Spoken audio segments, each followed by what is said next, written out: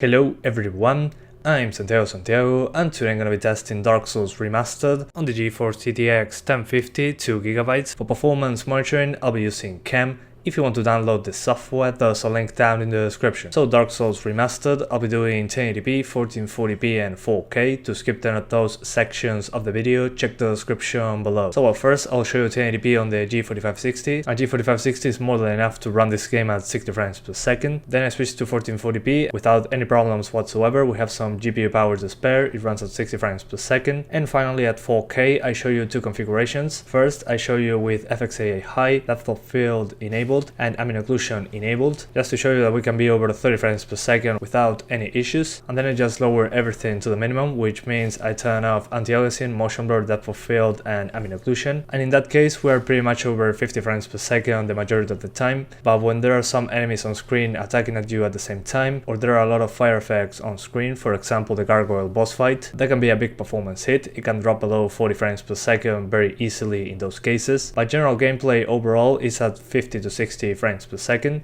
So in this case I would recommend playing at 1440p or 1080p. The game just tests at 60 frames per second without any problems, but 4K is still an option if you want to play at that resolution. In the options menu we have very little options. We got vertical sync, anti-aliasing, motion blur, depth of field and ambient occlusion, pretty much. The good thing about this one compared to the Prepare to Die edition, you can change this in-game, so you don't have to restart the game going to INI file for this fix. So that's good, we can compare performance very easily. It also supports ultra-wide resolutions. I tested that myself. It's just the original version with some small graphical improvements plus some optimizations for modern hardware, for saying it some way. So it's capped at 60 frames per second. You cannot go over 60. That's why I enable VSync on all the videos in this game. Since we cannot go over 60, it doesn't make much sense to me to disable VSync. And well, the most demanding options so far, since we have so little, pretty much all of them have some sort of small impact. On my end so far, the most demanding options were anti-aliasing and ambient occlusion. Usually those two are the ones that make the difference. Then in places where you can see very far into the distance, for example Firelink Shrine, depth of field has a bigger impact in performance, but nothing too drastic. Motion blur in this case seems to be camera motion blur, which in my opinion is very annoying. I get kinda dizzy using it. I used it anyway, so you can see how it goes, but it's not a big performance impact, so be aware of that. If you already own this game, I wouldn't really consider rebuying it at 50% off, maybe wait for a deeper sale, but I agree with most people. This should have been a patch for the previous edition, the Prepare to Die edition. It runs a lot better. So far it has the fixes for the frame rate. So they fixed the physics, they fixed Blighttown, which is wonderful, and they also got rid of the stutter that happened constantly on the previous edition, at least on my end. So yeah, the game runs a lot better, much more stable. So my testing methodology here is going from Blighttown to the Undead Berg, or the other way around, it depends. Sometimes I did the opposite direction. As I said, Blighttown is fixed, so it runs a lot better, but overall the biggest performance hits were when a boss uses a fire effect on you. For example the